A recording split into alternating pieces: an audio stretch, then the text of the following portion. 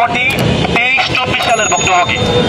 আমাদের মধ্যে এমন ভাই আছে যারা 23 সালে নলাস্তা পাইছে, কিন্তু নলাস্তা জমা দেওয়ার জন্য অ্যাপয়েন্টমেন্ট এখনো পায় নাই। 2 বছর একটা অ্যাপয়েন্টমেন্ট পায় নাই।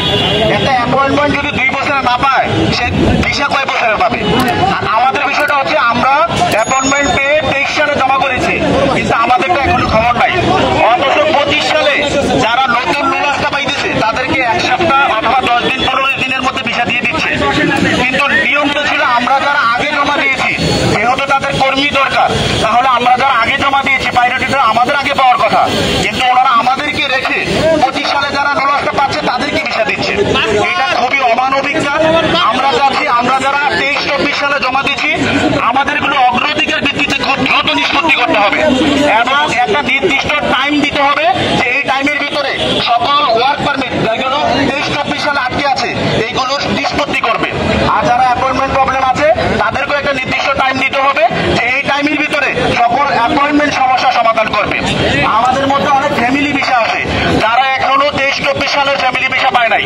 ফ্যামিলি ভিসার বিষয়টা একবার ভেবে দেখেন, ওনারা যখন ফ্যামিলি ভিসার জন্য আবেদন করে ইটালিতে, তখন একটা ফ্ল্যাট নিতে হয়, তার ফ্যামিলিকে নিয়ে কোথায় রাখবে? তো আমার একটা ভাই যদি 2 বছর একটা খালি ফ্ল্যাটের বাসা ভাড়া দেয়, তাহলে সে দেশে রেমিটেন্স পাঠাবে কি করে? তার পরিবার চালাবে কি করে? এখন কথা হচ্ছে যারা ফ্যামিলি ভিসার ভুক্তভোগী আছে তাদেরকেও একটা নির্দিষ্ট টাইম দিতে হবে যে এই টাইমের ভিতরে আমরা এই সমস্যাটা সমাধান করব। এই সমস্যা সমাধান করার ক্ষেত্রে যদি এমন কিছু করা লাগে যে তোমরা এই জিনিসটা করো, আমরা এটা করতে রাজি আছি, তবে সেটা নির্দিষ্ট করে তাদের ওয়েবসাইটে বলতে হবে। আমরা তাদের মৌখিক কথাটা মানতেছি না। যেমন সুইয়ের বিষয়টা গত ইয়েতে বলেছিল যে সুই থেকে আপডেট করার জন্য আমরা ওনাদেরকে রিকোয়েস্ট করেছিলাম, বিএফএস কেও রিকোয়েস্ট করেছিলাম যে আপনাদের ওয়েবসাইটে জিনিসটা দিবেন যেন আমরা আমাদের মাধ্যমকে বুঝাতে পারি সহজভাবে। যেহেতু আমরা আপনাদের ভাষাগুলো বুঝতে কঠিন হয়, আপনারা এমন সহজভাবে দিবেন যেন আমরা আমাদের মাধ্যমের কাছে পাঠাতে পারি এবং আমাদের মাধ্যম সেটা নিয়ে সুই অফিসে কথা বলতে পারি। কিন্তু বিএফএস থেকে ওই ধরনের কোনো ওয়েবসাইটে নোটিশ দেওয়া হয় নাই।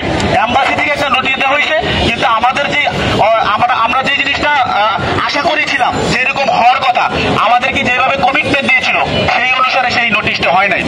সেই জন্য আমরা 2 মাস অপেক্ষা করেছি কমিটমেন্টের পর, কিন্তু 2 মাসে আমরা ওই রকম কোনো কাজের প্রতিফলন দেখতে পাই নাই।